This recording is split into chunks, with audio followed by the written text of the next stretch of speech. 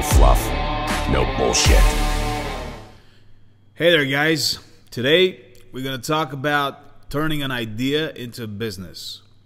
Now, that's a very difficult process for some people. It's easier for other people. It really depends on how much experience you have in the matter, and the more ideas you've turned into businesses, the easier it gets. So I'm probably not going to be addressing these particular people that have a habit of turning ideas into businesses.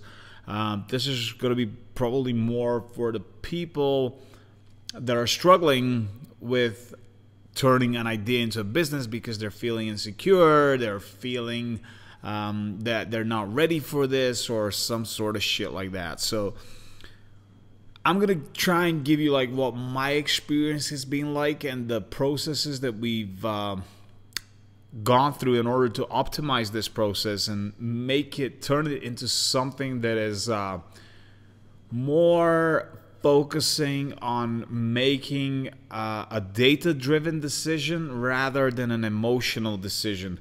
And this is something very important. This is something that you should be working on in every aspect of your life. This is one of the core values of our company here, of Hyperzen, that you have to make data-driven decisions instead of emotional decisions. It's very important for us because emotional decisions take you down paths that are, maybe sometimes you could get a winner, but most of the times you can get tangled into a lot of unforeseen things that you never thought about.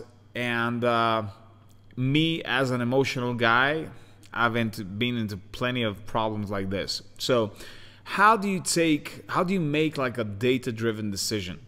Now, whenever you have an idea, and mind you, like the businesses that we're going to be talking about are more or less coming from what me and my company are doing. We're actually building brands. We're not talking about like software ideas or stuff like that. Maybe it's relatable there as well, but I'm going to be talking about mainly building brands and physical products because this is my area of expertise. So what we tend to focus on whenever we have an idea for a product is, first of all, is that product already out there? Is that product something that's already being sold? And most of the time, this is how we actually do our create the thinking process of creating a new product, which is not always an idea. Most of the time, it might not be an idea, but a way to actually take a market share from a product niche that's already existing. So, excuse me, that could also be an idea, stealing a market share. So some of the times what we do is, for instance, like on Amazon, we have all these analytical tools such as Jungle Scout and Helium 10, and there's a bunch of tools that you can use in order to see whether a product or a product category is doing well. You can actually see whether that product category has a good potential to add a new product or a new brand in it. And how we do that is we actually analyze the competition. So whether you're going to be attacking a potential product category or you've had an idea for a product, I think that the best way is, first of all, you need to know what the size of the prize is. So you need to analyze the market, analyze the different marketplaces, and get a good idea about how much traction those products already have, what your competition is like. Is there any weak spots in your competition that you can attack? We actually do that for instance, like on Amazon or even on conventional e-com. You could always go and find feedback on the products or the brands and see if people are actually complaining about something. Whenever the product is, let's say on Amazon, you could always go and analyze the reviews. Just hit on the worst reviews, like so you can see the 1-star reviews and see what people are complaining about for the given product of your competitors. Or you could you know, if the product is not on Amazon, you can go on YouTube, or you can go on all the other social media channels and search for the product and see if that product has already got any product reviews and if there's any negative feedback for it. So usually what we tend to do is we analyze the product, see if there's any flaws that we could be fixing, and after we fix them, we launch a product, and we emphasize on the fact that we fixed those particular products that people have been complaining for before that. So that is the best way to go about a new product, by firstly analyzing your competition. Now, a lot of us, or at least that's how I used to be before, whenever I came up with an idea, the best, I thought that the best way to actually validate that idea is sharing it with my closest friends or family or whatever it is. Let me tell you, that's not a great way to do it, because nobody's gonna confront you. Nobody's gonna tell you, oh dude, that's such a stupid idea. Everybody's gonna be like, oh yeah, that sounds nice, man. Yeah, just do it. Yeah, it's great. But we need a real, a real reality check on whether we're gonna be investing time and money into something that could actually or potentially be something that can bring us back money. So one of the good ways that I found to work with something like this, especially if it's not something that I can compare to something that's already out in the market. Like for instance, if it's something completely new and you can't use the first technique that I told you about to validate it by just finding out what the market share of it is, finding out what the competition is, finding out what people are complaining about, and fixing those things. Like if it's completely new, you can't find it, because yeah, sometimes you have something like that. That's like the golden goose situation. So what I do is, before I get a second mortgage on my house and invest the money into that product, would be creating a Kickstarter campaign or Indiegogo or something like that. Something that has you presenting the product in front of your potential audience and validating whether people want that product or not. So here's how Kickstarter works. By the way, I had my first project on Kickstarter back whenever Kickstarter was very young. That was like in 2012. I did one of the first successful projects, definitely the first successful project out of Bulgaria for sure. But I had this project and it showed me the potential of crowdfunding.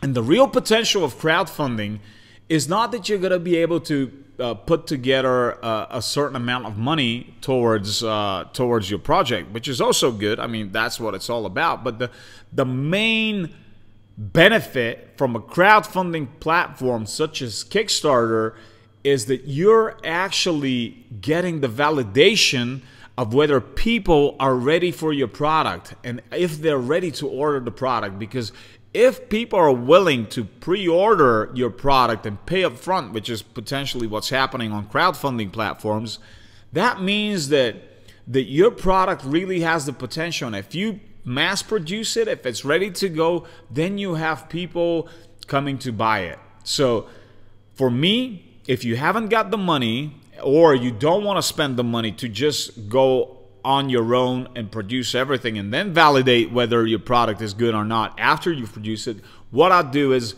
I'll run it through Kickstarter. Creating a Kickstarter campaign is no easy, it's not an easy thing. Don't get me wrong, like getting that done is a fucking pain in the ass. You need to do like a prototype, a video of all that. You need to do your own marketing campaign in order to feed some traffic to the Kickstarter campaign, blah, blah, blah. A long story short, there's a lot of work to be done, but that would get you a step closer to where you want to be after you actually launch that campaign and validate that people actually want your product and you get a successful Kickstarter campaign. And of course, you have the battle marks from the Kickstarter. You'll be able to snap that badge that says funded on Kickstarter, which makes the product a little bit cooler. It means that it's gone through the process, and it's like a little hipster thing that you can put on there that you got it crowdfunded. which also goes a long way. So for me, that would be the way, because usually, I'm telling you, you get your mom patting you on the head saying, ah, you sweet boy, you're so smart. How'd you come up with this? This is so great, my smart boy.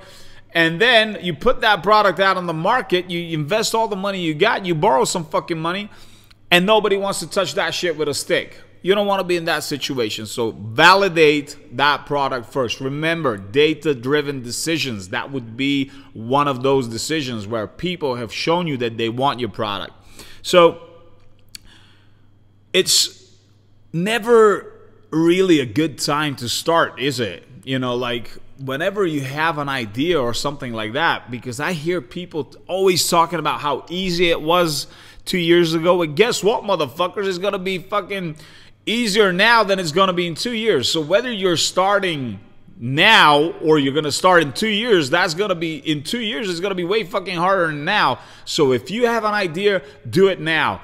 And another thing that I used to fucking do is I used to hide behind perfection. You know, like that's my, whenever people were making, you remember those fucking dumbass fidget spinners? Fucking people made millions out of that. Ain't that right, Nick Shack? I remember you telling me your story. But anyway, fidget spinners. Let me tell you a story about that. Now, I knew about fidget spinners like 4 months before they became popular everywhere. You know, I really had the opportunity. I was in China. I saw that thing. I thought, hey, that's fucking cool. That's gonna make some money. You know, it's a cool little fucking thing to have. And I got in touch with a few factories, and then I started, like, I got some samples. Then I saw the first ones, and I was like, all right, well, that one, yeah, that one twists, but can it go a little better? Like, it's making some sort of sound. We really need to change that. Then I'll get the second sample. Then I'll be like, oh, shit, you know, that's red, but do I really want exactly that red? Could it be, like, a little bit more redder or some shit like that? So I was just fucking thinking of ways to make it better while people were actually making money from it. So perfection, or trying to make something perfect, is just hiding your own insecurity and procrastinating the start. So my advice would be, if you have a good product, if you validate that other products from the product niche that you're going into are having problems and that you could be optimizing, or you have like a unique selling point that you can actually put on that product or add to that product or create some more value to it by any way, just go out and fucking do it now. You know, don't wait for it. Don't make it perfect. Start doing it and develop it on the way, like upgrade it on the way if you have to. But don't hide your insecurity behind not wanting to launch that product now just because you want it to be perfect. Because I've done that quite a few times, and every time I've regretted it. Every time I've said to myself, why didn't you fucking launch that product?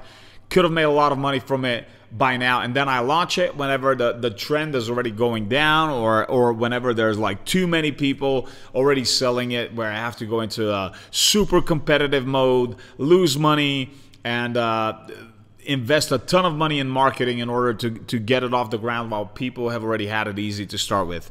So that is what turning an idea into a physical product and starting a business would be like. So my two main takeaways would be, if the product is a conventional product that's already out there, or it has like it's already running, or you see like a product niche that could be improved, that's one way of doing it. Analyze your competition. See how well your competition responds to the negative feedback of the people that are already using the product. See if there's any room for improvement, and fucking go for it.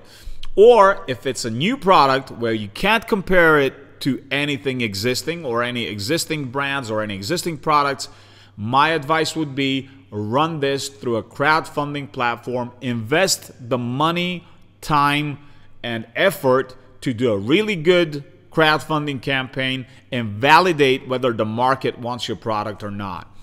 So this is the advice that I could just give you right now. I'm hoping that, you know, it will work out well for somebody. If you guys have done that shit before, if you've had like Kickstarter campaigns, or if you have started products into existing product niches, I'd love to hear about it. So that's it. Thank you, and have a good rest of your day or evening or whatever it is where you are.